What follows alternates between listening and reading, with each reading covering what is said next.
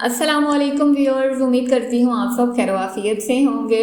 सबसे पहले तो वेलकम करती हूँ आपके अपने चैनल careerjobs.pk पर, जहाँ पर आपको मिलेंगी रोज़ाना की बुनियाद पर लेटेस्ट जॉब अपडेट्स और ऑथेंटिक जॉब्स के हवाले से मुकम्मल तफसीली मालूमात। मेरा इस चैनल को बनाने का बुनियादी मकसद आपको रियल और तस्दीकशुदा मुलाजमतों के मुतालिक मालूमात फ्राहम करना है, ताकि आप बगैर किसी शक शुबा के इन जॉब्स पर अप्लाई कर सको। तो देर किस बात की, जल्दी से चैनल को सब्सक्राइब कर लें और बेल के आइकन को प्रेस कर लें, ताकि नई आने वाली जॉब्स की वीडियो की अपडेट आपको बर वक्त मिल सके, नोटिफिकेशन मिल सके। Okay, so without wasting any time हम वीडियो को स्टार्ट करते हैं। आज हम बात करने वाले हैं पीपीएससी में अनाउंस होने वाली नई जॉब्स की वैकेंसीज के हवाले से। तो वीडियो को अंत तक लाजमी देखिएगा ताकि कोई भी अहम इंफॉर्मेशन आपसे मिस ना हो सके। ओके, तो चलिए स्टार्ट करते हैं। Punjab public service commission Lahore की जानिब से specialised health care and medical education department में हमारे पास मंदरजा झैल आसामियाँ जो है वैकेंसीज जो हैं वो अनाउंस हुई हैं, जिसमें हम ये तफसीलन बात करेंगे कौन कौन सी पोस्ट हैं, इनमें आपका क्वालिफ़िकेशंस क्या होंगी, एज कितनी होनी चाहिए, कौन लोग इन जॉब्स के ऊपर अप्लाई कर सकते हैं और कहाँ कहाँ से अप्लाई कर सकते हैं। ओके, तो सबसे पहले हम यहाँ पर बात कर लेते हैं। हमारे पास जो जॉब पोस्ट है एसोसिएट प्रोफेसर की हमारे पास जॉब है, और इसमें अगर हम क्वालिफ़िकेशन के हवाले से बात करें तो इसमें आपके पास MBBS होना चाहिए या इक्विवेलेंट मेडिकल क्वालिफ़िकेशंस होनी चाहिए। पाकिस्तान मेडिकल कमीशन या FCPS और MS और FRCS और MRCP और MD और diplomate of American board in the respective speciality और medical qualification in the respective specialty from an institute or university recognized by PMC PMDC। Okay, तो अब यहाँ पर जो बताया गया है कि आपके पास या तो MBBS की डिग्री होनी चाहिए या आपकी मेडिकल क्वालिफ़िकेशंस जो हैं वो होनी चाहिए किसी भी recognised Pakistan medical commission based जो है वो यूनिवर्सिटी से, या फिर जो है यहाँ पर मल्टीपल नेम्स मेंशन थे और डिप्लोमेट ऑफ अमेरिका बोर्ड से, ठीक है, तो जहाँ से आपकी डिग्री जो है वो होनी चाहिए। उसके साथ ही यहाँ पर एक्सपीरियंस भी मेंशन है कि आपके पास 5 साल का एक्सपीरियंस भी होना चाहिए एज आ प्रोफेसर, असिस्टेंट प्रोफेसर या इसके इक्विवेलेंट कोई पोजीशन हो जो कि तस्दीक शुदा हो PMC या PMDC से, जिसमें एटलीस्ट 3 रिसर्च पेपर आपने पब्लिश किए होने चाहिए किसी भी जर्नल में, ठीक है, मेडिकल जर्नल में या रिकॉग्नाइज्ड बाय या किसी भी तस्दीक शुदा PMDC या PMC में, ठीक है। ओके, उसके बाद नेक्स्ट यहाँ पर बात कर लेते हैं एज के हवाले से। तो यहाँ पर मेल की जो एज है वो 30 to 50 एज होनी चाहिए, और 5 साल के रिलैक्सेशन के साथ ये एज बनती है 55 ईयर्स।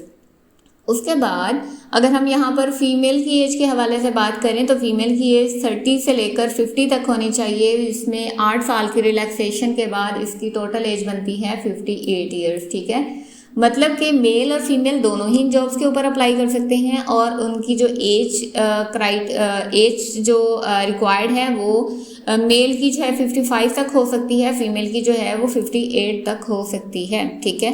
ओके, तो इसमें जो है डोमिसाइल आल पंजाब बेसिक से हो सकता है, ठीक है, जेंडर मेल और फीमेल दोनों हैं। उसके साथ ही यहाँ पर जो है कुछ नोट में भी चीज़ें यहाँ पर मेंशन है, इसको आप रीड आउट कर सकते हो। इसमें नेक्स्ट जो है वो रिसर्च पेपर के हवाले से कुछ यहाँ पर चीज़ें लिखी हुई हैं। इसके साथ ही यहाँ पर एक्सपीरियंस में आपको मिल जाएगा कि कौन कौन सा एक्सपीरियंस जो है वो इस जॉब पर अप्लाई करने के लिए आपके पास होना ज़रूरी है, ठीक है।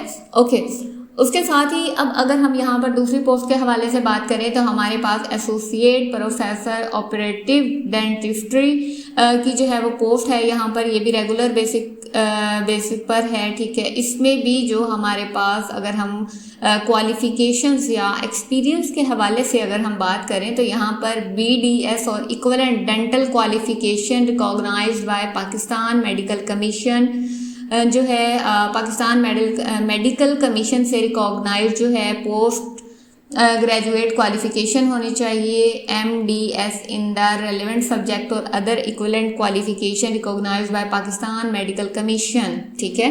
पाकिस्तान मेडिकल कमीशन से तस्दीक शुदा जो है यूनिवर्सिटी से हो सकती है। इसके साथ ही यहाँ पर जो है वो 5 इयर्स का टीचिंग एक्सपीरियंस होना चाहिए रेलेवेंट जो भी आपके सब्जेक्ट्स हैं उसमें, ठीक है। जो है recognised institute as assistant professor, जो कि किसी भी असिस्टेंट प्रोफेसर से तस्दीक शुदा हो, लाइक जो कि इस इक्विवेलेंट पोजीशन के ऊपर हो पाकिस्तान मेडिकल कमीशन में।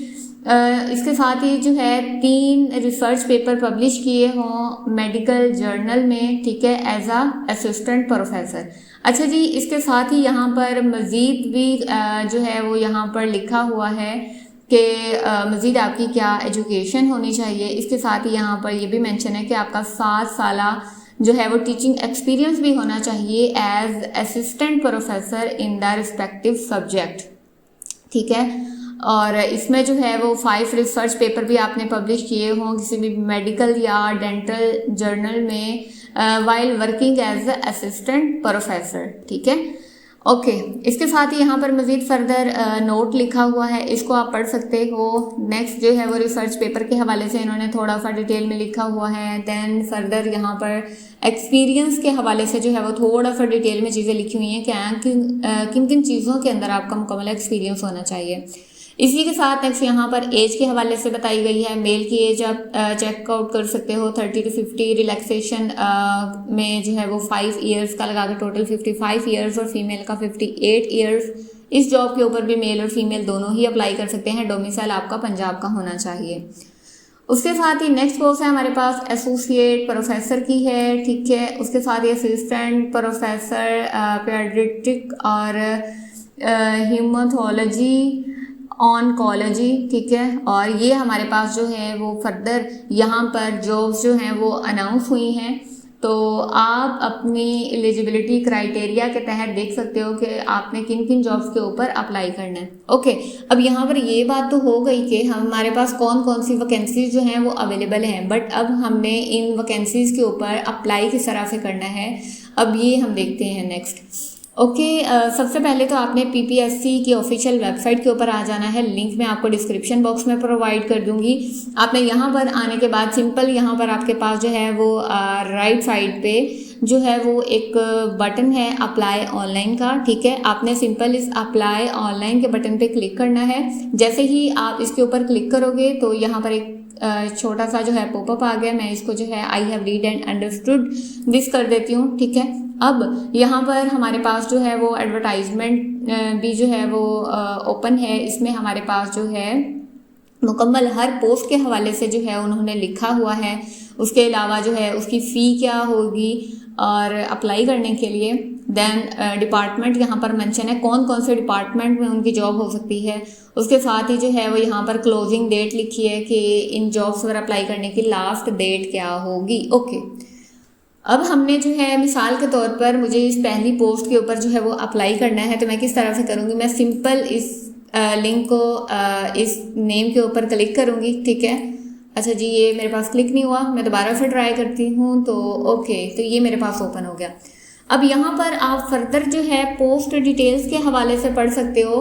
पोस्ट कौन सी है, ठीक है, ये यहाँ पर ऑलरेडी इसका नाम मेंशन है। क्वालिफिकेशन आपकी जो है वो क्या होनी चाहिए। उसके बाद डिपार्टमेंट कौन सा है ये यहाँ पर मेंशन है। एडवर्टाइजमेंट नंबर यहाँ पर लिखा हुआ है, केस नंबर यहाँ पर लिखा हुआ है। उसके साथ यहाँ पर क्वालिफिकेशन यहाँ पर भी मेंशन है, ठीक है।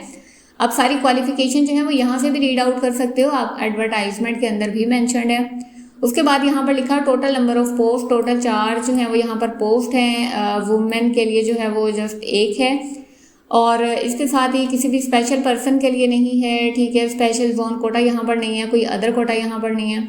अच्छा, अब यहाँ पर मज़ीद फर्दर जो है वो यहाँ पर एक्सपीरियंस है, रिसर्च क्या होनी चाहिए, प्रेफरेंस क्या है, फ़ीस क्या है, क्लोजिंग डेट क्या है और एंड पर ये नोट। ये तमाम तफसीलात जो है आप पढ़ लीजिएगा जब आपने अप्लाई करना होगा।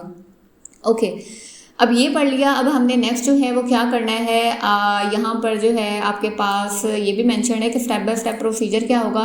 अगर आप यहाँ पर कोई इंपॉर्टेंट इसके हवाले से मज़ीद इंस्ट्रक्शंस पढ़ना चाह रहे हैं वो आप यहाँ से पढ़ सकते हो। उसके बाद अब step by step next procedure क्या होगा हम इसको देख लेते हैं। जैसे ही मैंने इस पर क्लिक किया तो यहाँ पर हमारे पास मज़ीद ओपन होके आ गया कि PPSC पर ऑनलाइन एप्लीकेशन को सबमिट करने के लिए कौन कौन से फेज से आपको गुजरना पड़ेगा। तो सबसे पहले हमारे पास इसमें है पर्सनल प्रोफाइल, जिसमें आप पूरी अपनी personal profile information fill out करोगे, देन आप फी पेमेंट करेंगे, देन आप इमेज अपलोडिंग का ऑप्शन है होगा वहाँ पर, तो उसको आपने जो है वो इमेजेस वगैरह को अपलोड करना है। क्वालिफिकेशंस की डिटेल्स को आपने फुलफिल करना है, देन आपने सर्विसेज की डिटेल सारी लिखनी है, देन एट द एंड आपने जो है अपनी एप्लीकेशन को सबमिट कर देना है। ठीक है, ओके। अच्छा जी, अब यहाँ पर जो है वीडियो को एंड करती हूँ। उम्मीद करती हूँ कि आपको जो है वीडियो की अच्छे से समझ आ गई होगी, और अगर आपका कहीं भी किसी भी किस्म का कोई सवाल हो या कुछ पूछना चाह रहे हो तो आप कमेंट बॉक्स में शेयर कर सकते हैं। तो चलिए मिलते हैं नेक्स्ट वीडियो में एक नई जॉब पोस्ट के साथ। अपना ढेर सारा ख्याल रखिएगा, दुआ में याद रखिएगा। अल्लाह हाफिज़।